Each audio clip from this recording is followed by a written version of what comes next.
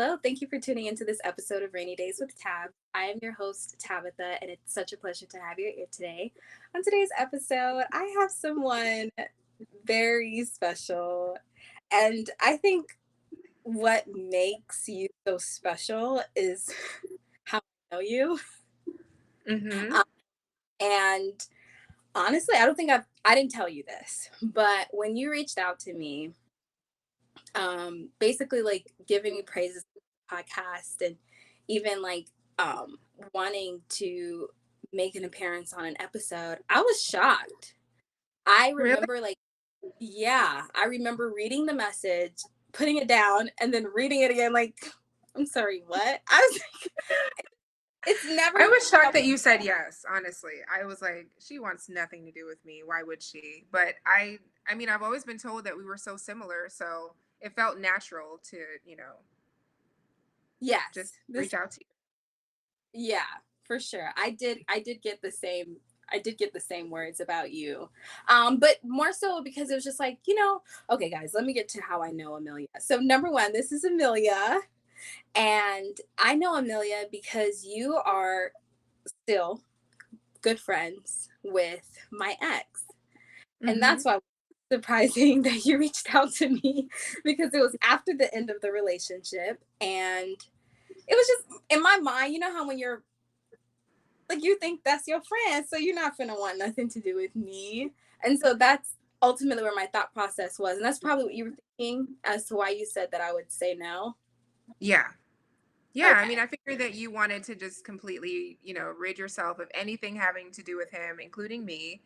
And yeah, but we've been friends for over 10 years. I mean, I consider him my best friend, and he says I'm his best friend, but you know, actions speak louder than words. Let's be honest. But Oh. I'm kidding. No, he's a great friend to me.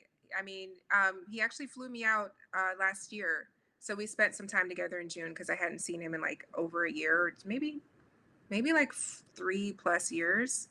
So we had like a come to Jesus moment together. It was great. It was really great. So yeah, I would say we're best friends. Oh, that's awesome. Well, this is Of course. just got became even more awkward. But okay. Oh That's no, don't listen. I've said it before and I'll say it again. I'm an open book. I've already cleared it with him. I mean, now that he can tell me what to do because I like you better than I like him. But stop. he's like completely fine with anything that happens here. That That's is all. so funny. Definitely, well, I will definitely refrain from even talking about that relationship. If little things come up here and there, maybe, but that's Mhm. not the conversation for today. If anything, the focus is more on you. And with that being said, did you want to go ahead and introduce yourself? Tell the people who you are. Okay, my name's Amelia. I am 28 years old. I'm currently working full time, going to school full time. I'm in school for digital cinematography, which is film. And my goals are basically to become a screenwriter or director in the next 50 years or so, because realistically, I'll never be done with school. I don't know. But Don't get. Mm-mm. It's gonna hopeless happen. romantic. Oh, that's nice. Yeah. I probably have a love addiction. I don't know. So this is going to be I'm the perfect person to talk about relationships because I'm always in one. Can't actually Oh, keep one, but I try. So, it's okay, girl. You're not alone. We have so much to talk about that for this episode, guys. It's actually going to be split in two. I didn't want to give you guys a whole hour episode because I want us to just be able to talk. and I can Um, talk. yeah, without being rushed. This is going to be split into two episodes. And this first episode is basically going to be covering being Black in a relationship and not wanting to date within your culture. And Oh. Amelia, you can go ahead and start off on what being Black in a relationship means to you. Well, it's a very difficult subject to talk about, but because it's so, you know, there's so many layers to it.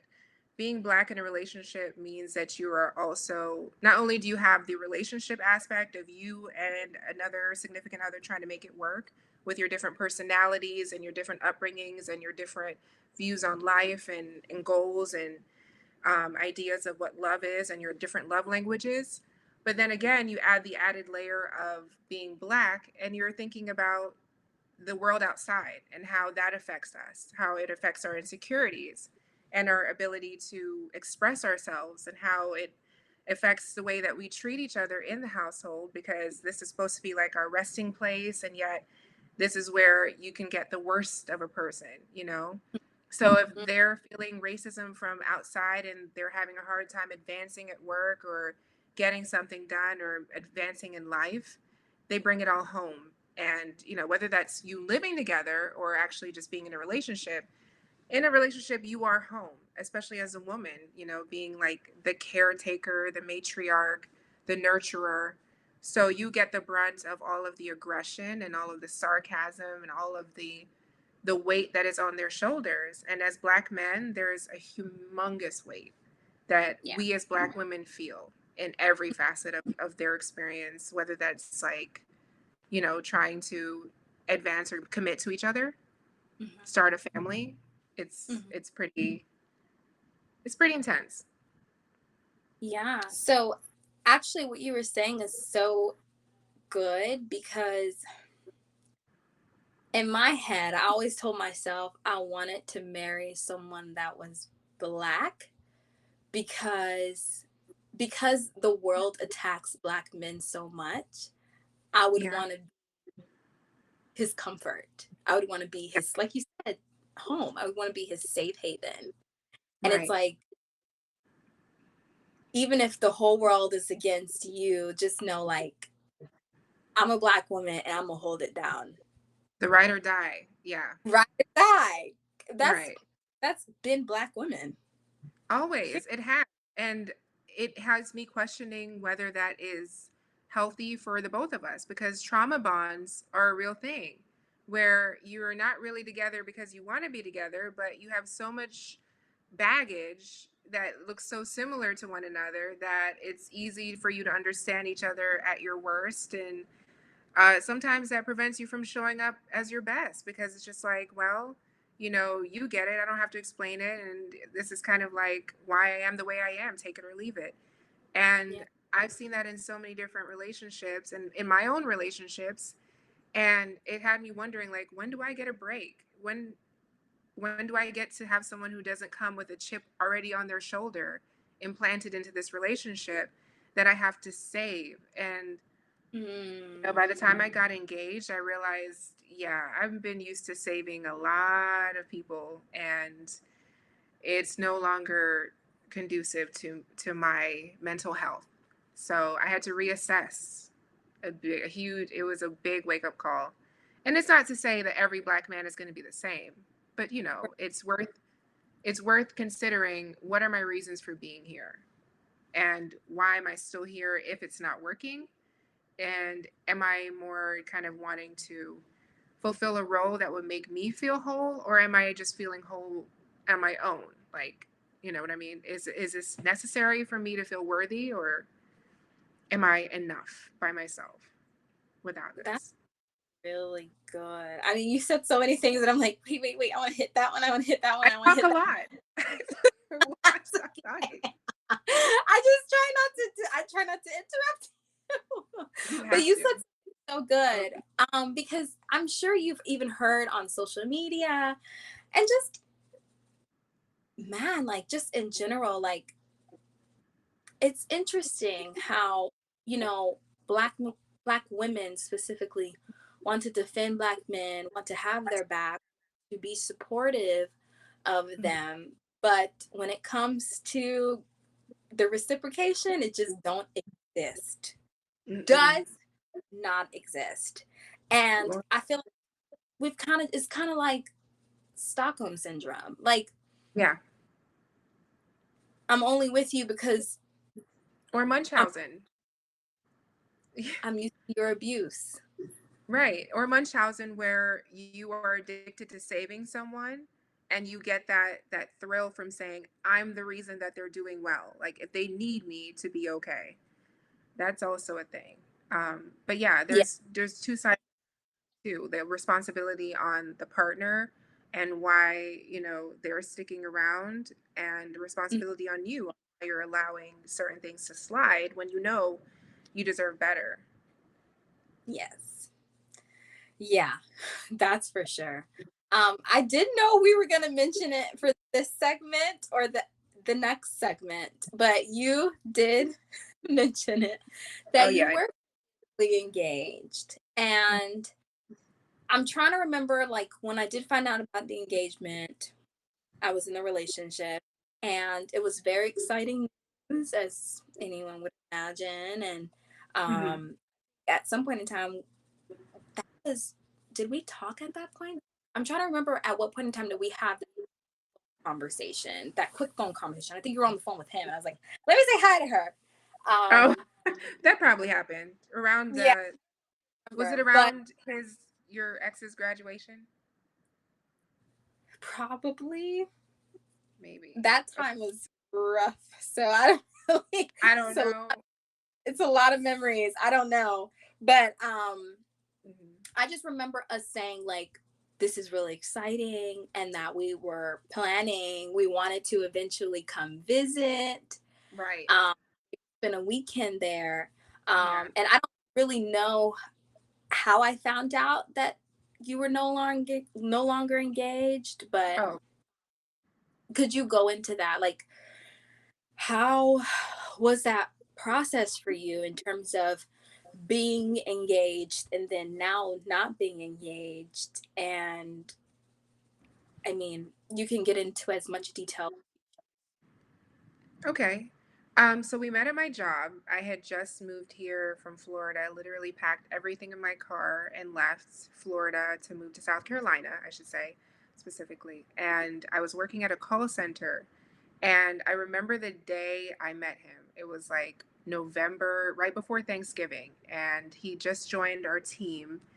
And I remember he was sitting in my seat, which everyone knew was like my seat because I just sit in the same seat every day.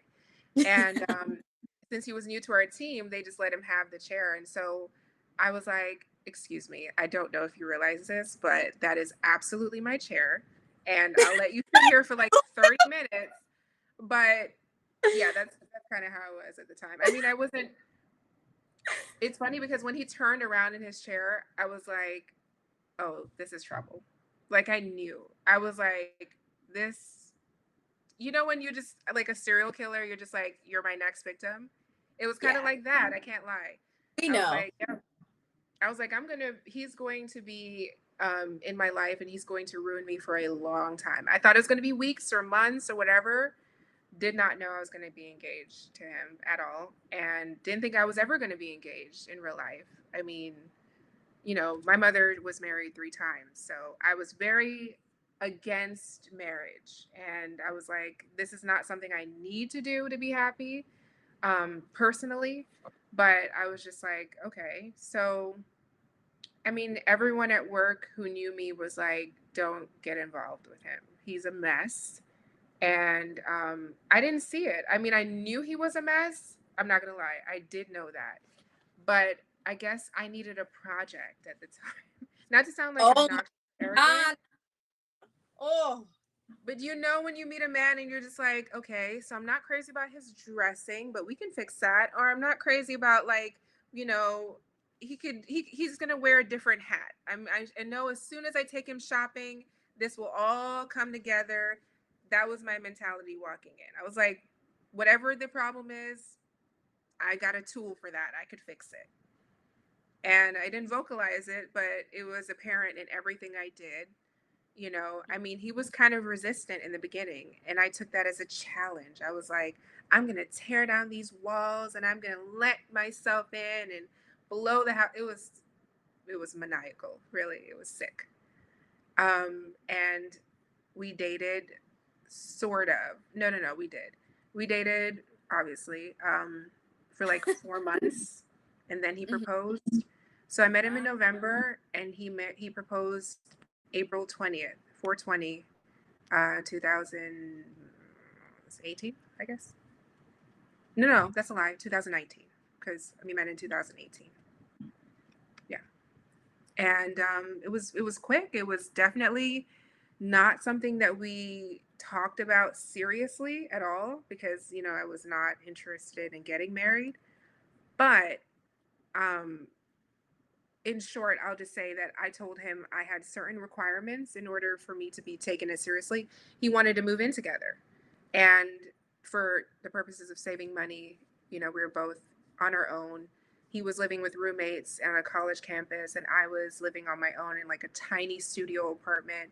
I mean, 400 square feet. Like you could spin around, and that was like door to Really? you were at the front door, you were outside. It was Mhm. so small. So, in order to save money, he was like, let's move in together. And I didn't say I wanted to be married, but I was like, I'm just not, I don't know you that well. I don't know what we're going to be. What if we hate each other in a year? We have a lease that we're bound to. And he wanted to show me that he was fully in, committed. And he proposed 3 times, actually. It was so extra. So he was like, I said, if we're going to do something like, special, because I think we were coming up on like our half-year anniversary. I was like, I want to go out of town. I don't want to be here. I just didn't want to be there. And he drove me up to Myrtle Beach and bought like a ring from Walmart. It was not extravagant or anything. Um, and he had planned to do it. We got there like a Saturday morning. He planned to do it, I think, the next day because that's when the carnival was actually going to be open and things were actually, we just arrived. But he couldn't wait and he did it in the parking lot. And like right as we were about to leave, we're like, okay. I knew what he was doing and I was like, he is not about to do this. Like that's not I was literally physically ill. Like we went to a restaurant and I was sick in the bathroom, nervous. I was like, what is happening? So it was not the sweetest thing. But then he did it in the parking lot, and I was like, get up. You're not doing this here. There's literally teenagers. It's 420 weekend. There were teenagers all over. I was like, get off the floor, get in the car. We were going. We are not doing this here. But he got me to say, I was just like, okay, okay. It was not even a yes. It was like, okay. And then we got to the hotel and he did it in the hotel and he actually went to buy like rose petals and stuff and it was very sweet. He did it in the shower, if you know, but it wasn't like sexual or anything like that. But in the shower he had like a beautiful speech, and even though we're not together, that will always be like stuck in my memory as the sweetest thing that happened. So then I finally told my sister, and then she came down maybe like 2 months later, and then he did it again for her when she was there. So she got pictures and got to experience it with us. And that's when I posted it on Instagram. I was like, okay, now it's actually a thing. Before it was like between us, and now it was like I can start telling people kind of thing. Wow. Yeah. Oh my goodness. I'm like thinking like, oh, where to start? Okay. The first thing that you were saying that I was like, oh my God, like I didn't know I had that issue, but during my time of therapy, I learned that I'm that way too. Like when I think about the Upgrade You song by Beyonce, I'm like, Mhm. I'm ready because I'm ready You because got your that's tool belt out, ready to go. Ready, let's get to ready work. to go. And like you said, like I didn't know I loved the project. Like, oh, you got that, but I got that. I'll We all make know. you right. And it's such a toxic mentality. Mm. It's so dangerous. No And one wins. hmm, No one wins with that. He doesn't win by being emasculated in that way, and you don't win because it's probably going to fail. Yeah. ah, but it's so hard. It's so hard because it's like a part of me is like, okay, I just want this person to be like this, and this, and this. And it's Mhm. like, well, then if you want to change so many things about them, why are you even with them? Right. Right. You're not with the person for who they are. That's not who they are. They're who you want them to be. And of course, when you start making all Mhm. these changes or they start giving in or they start like accepting certain things, before you know it, it's like they retaliate in the sense of like they drop you. Like, okay, bye. Like, they're just done. They're just done. Right. And you Because no one might have wants to to, be told. No one wants to be told especially, they're not enough. Go ahead. Sorry. no, no, no, you're good. Especially a man. Right. They won't Yeah. accept that. And so, I mean, when you were saying all of that, I was like, man, I completely understand. I was literally going to be in a situation like that again, not too long ago. Like, someone trying to get to know me, and he had all these issues, like just all of them. And at first I was like, oh, it's okay. I'm not going to fix him. You know, we're just friends at this point. Like, it's okay. Mm-hmm. And I saw myself wanting it.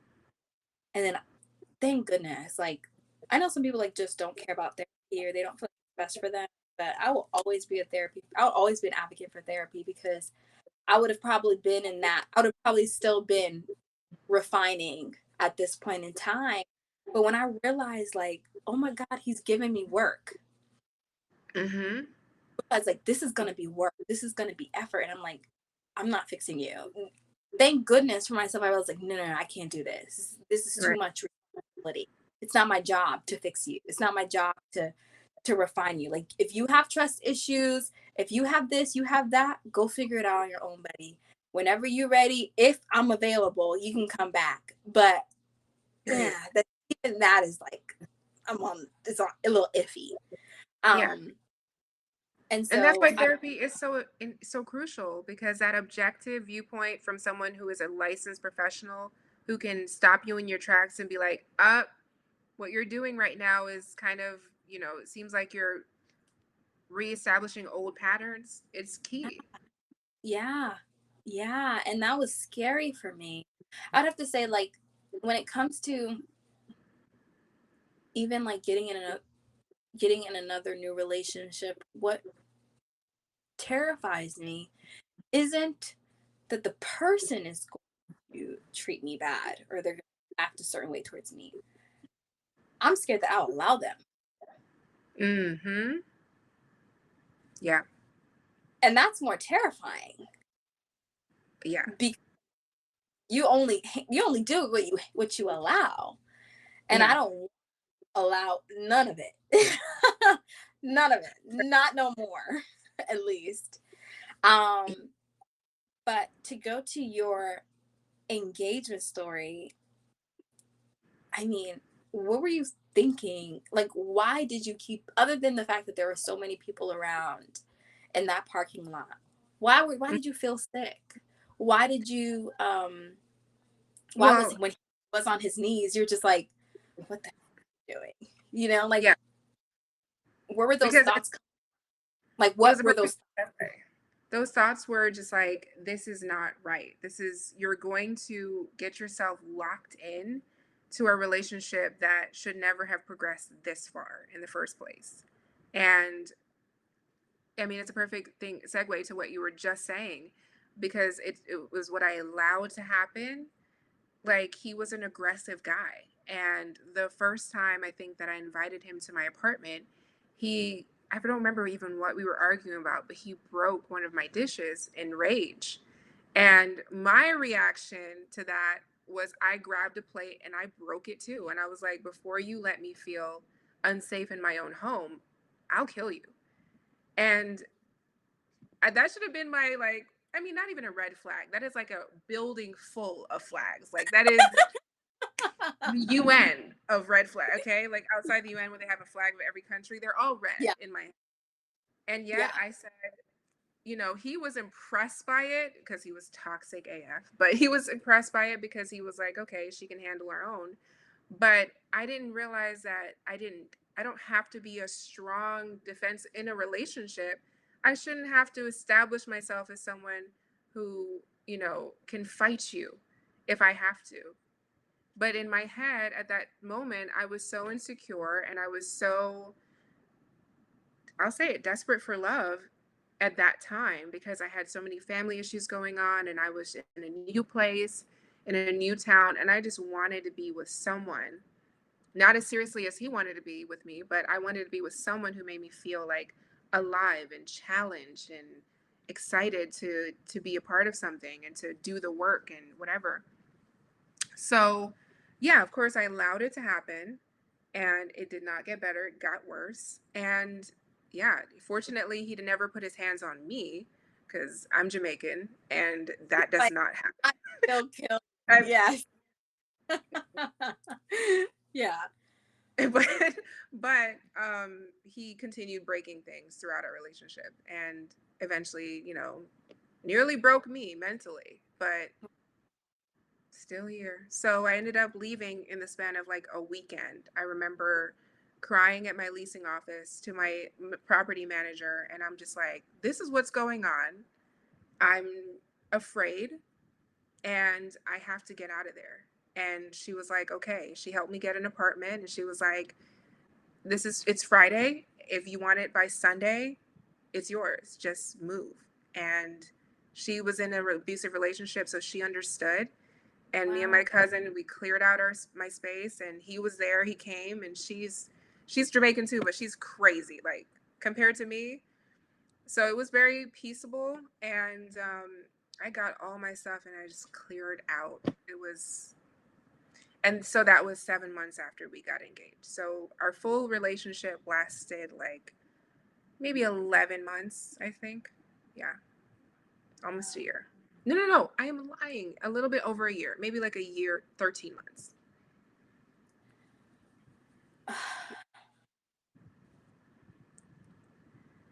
It was intense. It was a wake up call that I desperately needed because I always told myself, growing up, like watching Lifetime, and my mother was in an abusive relationship with my dad.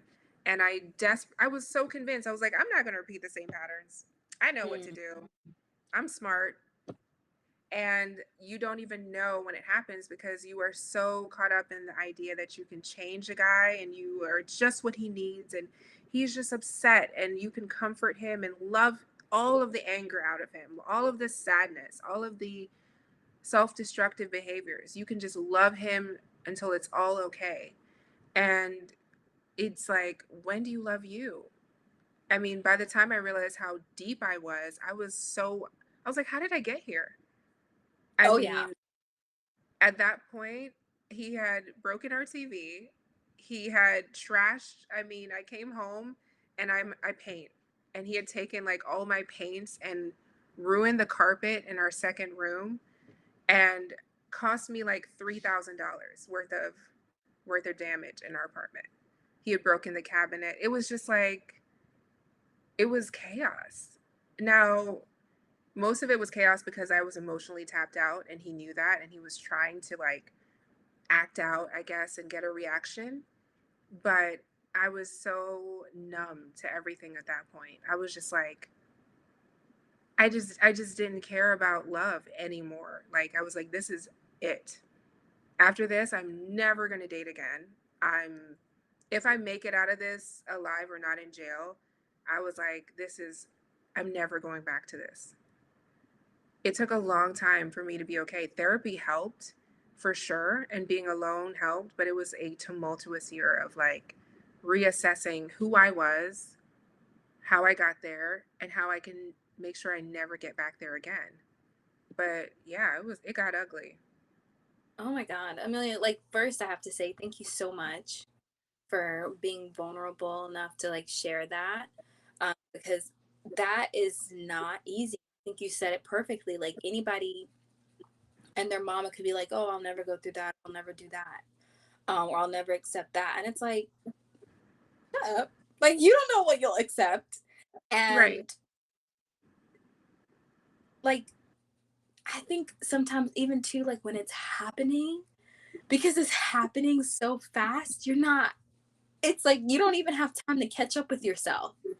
Right. Um, and I think you even said it perfectly. It's like you saw the building worth a red flag, but you wanted love and you wanted acceptance and you wanted that comfort.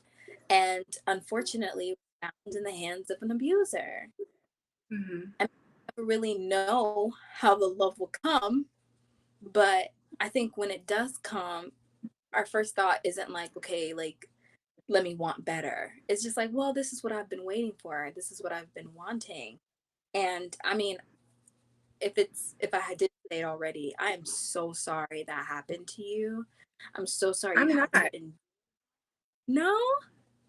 No, Well, I you don't, mean, because that's why I said like I'm sorry cuz you don't deserve it. I mean, no, even if it happened, even if he never actually physically put his hands on you, that was mentally draining. I oh mean, yeah. there was one guy that called me crazy. Hmm. And I know he's like when we were talking, he didn't say it like, "Oh, you so crazy." No, he called me crazy, and I'm like, "Hold up, I'm not your mama. Don't talk like that." Right. And I had to cut it right there.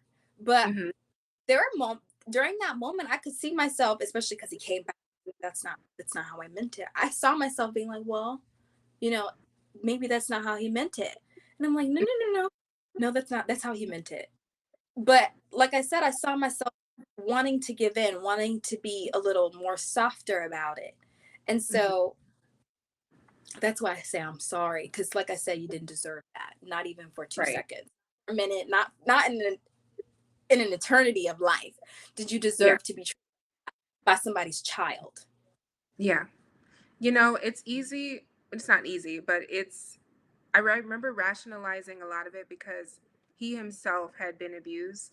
And it's never okay because either you grow up to be an empathetic person who understands, like a decent human being, and says, I will never repeat the same patterns.